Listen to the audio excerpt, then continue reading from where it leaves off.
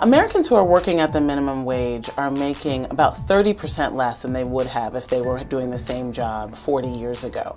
If the minimum wage had kept pace with inflation, it would be about $10.75 an hour, and it's just $7.25. It is time to give America a raise. More low-paid workers having more money in their pockets is good for the workers themselves, their families. It lifts millions of people out of poverty.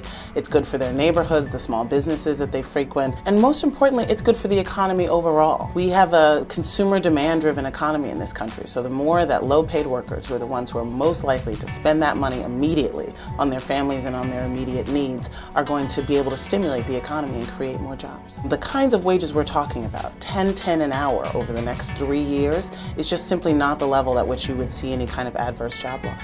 If you think about what makes a retail experience great, a service experience great, it is the employee. And so why wouldn't an employer invest in their employee? And the Gap made a recent announcement that it was going to raise the minimum wage for all its starting employees. And then in a larger way, right now, the country is really reeling from the effects of the Great Recession, from broader, even 40 years of declining and stagnant incomes, and people want to see that everyone is doing their part, right? They know that American families have been doing their part, taking on more jobs, taking on more debt, cutting back. And they want to see that employers, and you still have corporations having record profits today, they want to see that employers are doing their part to do right by the country.